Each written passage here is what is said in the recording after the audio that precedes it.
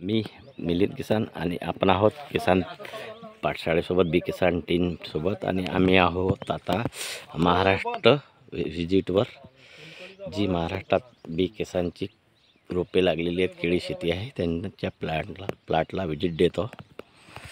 चला जाणून घेऊया शेतकरी मित्राकडून त्यांचा परिचय कुठे आहे। नमस्कार। नमस्कार। कुठल्या गावात आहोत आपण? तुमचं नाव सांगा।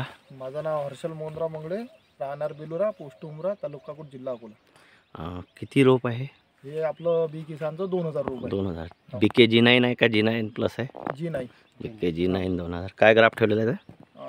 5 बाय 5.5 5 बाय 5.5 म्हणजे ताशी 5.5 समजा। हां हां, लाईन टू लाईन 5 आहे आणि प्लांट टू प्लांट 5.5 आहे। ठीक आहे।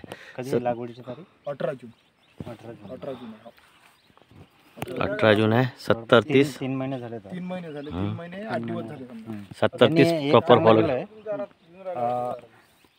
ग्राफ त्यांनी पारंपरिक घेतलेला आहे 5 बाय 5.5, पण एक चांगलं काम केलं की त्यांनी 70-30 केलेलं आहे। हां, ते दोघं ड्रिप मध्ये घेतलेलं आहे दोन्ही ड्रिप आणि इथं नाली घेतली, नाली आहे, ही पाली आहे। हां 5 बाय 5 मध्ये पण हे करता येऊ शकतं, 70-30 त्याच्यामध्ये करता येऊ शकतं, पण याच्यात थोडं झिगझॅग जर केलं असतं तर अजून फायदा झाला असता। हां, झिगझॅग मध्ये हां प्रॉपर यांनी म्हणजे हे झिगझॅग न करता सरळ स्क्वेअर मध्ये लावलेलं आहे। चौकोली घेतली, फक्त ते मागे पुढे घेतलं असतं तर अजून चांगला आला असतं स्टेप, फायदा होता त्याचा थोडा। बाकी 70-30 चांगलं केलं। ड्रीप थोडं एकदम नाही, केळीसाठी जबरदस्त आहे। तरी चुनखडीयुक्त जमीन केळीसाठी चांगली आहे। चुनखडीयुक्त पिवळ्या मातीची याच्यात थांबलं होतं पण ते पाऊस जास्त झाला यावर्षी, त्यामुळे सांगितलं ते केलं चांगलं। पाऊस जास्त झाला त्याच्यामुळे 3 महिन्याच्या हिशोबाने 3 महिन्याच्या हिशोबाने याची हाईट बीट व्यवस्थित आहे। थोडा भाग कमी वाटेल, पुढे तर एकदम चांगला, फक्त आता थोडा डाबल इथं पाणी हे निचरा होत नाही व्यवस्थित होते ना, तर ते तसं थांबते त्यामुळे डोब असते।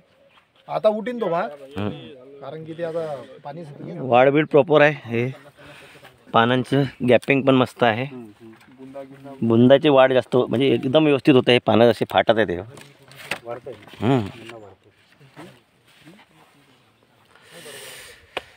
बरं। आता तुम्ही दरवर्षी केळी करता, तर तुम्हाला काय वाटते? समजा आता दरवर्षी जसं तुम्ही 4 बाय 4.5 बाय 5 5 बाय 5 लावता, नाही हे बेस्ट आहे आणि ह्याच्यात अंतर जास्त अंतर ठेवायला पाहिजे प्रत्येक। थोडं अजून 2 महिने घेतले की त्यांना कळेल की हे अंतर कमी होतं। हे पण अंतर कमी असं वाटतं 2 महिन्यानंतर। आता सध्या पानाला पानं टेकतायत, सध्या पानाला टेकता येते।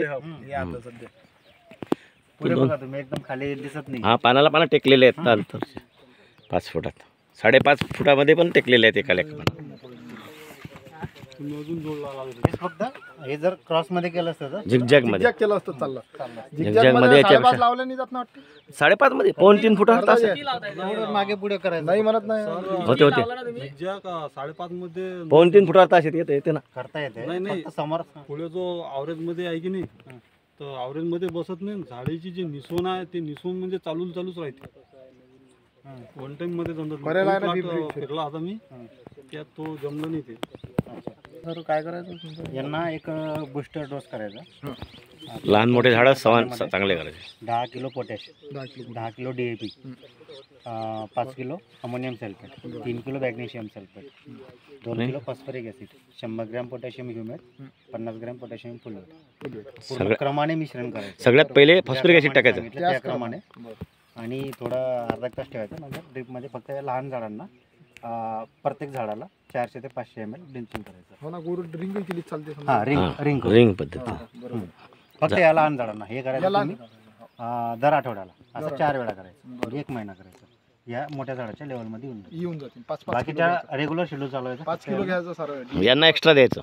5 किलो घ्यायचं, 10 किलो घ्यायचं, 200 लिटर पाण्यामध्ये 10 किलो। बरं, 400 ml टाकायचं। हां, तुमचे झाडं मोजून घ्या, बरोबर आहे, त्या हिशोबाने। त्या हिशोबाने 400 ml 500 ml, हो ना, पाणी उरलं नाही पाहिजे समजा। 100 लिटर बनवू शकतो, 200 लिटर बनवू शकतो, 400 लिटर। बरोबर, रिंग करून दूर टाकलं हा 5-6 इंच पावसाळा आहे, चारी बाजूने ओलं होतं, मग ते रिंग करू शकतात। बाकी पावसाळा संपला तर जिथे ड्रिप ओलं होतं त्या लाईन टाकायचं। बरोबर, म्हणजे समजा ही झाडी इथं आहे तर इथेही टाकलं चालतं। हां, तिथे टाकलं, जेवढं ओलं होतं तेवढं। जिथं ड्रीपचं पाणी पडते तिथंच मुळ्या आलेल्या असतात, तिथं टाकलं चालते।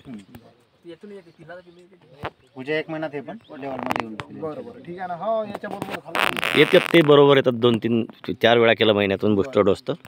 करतो ना.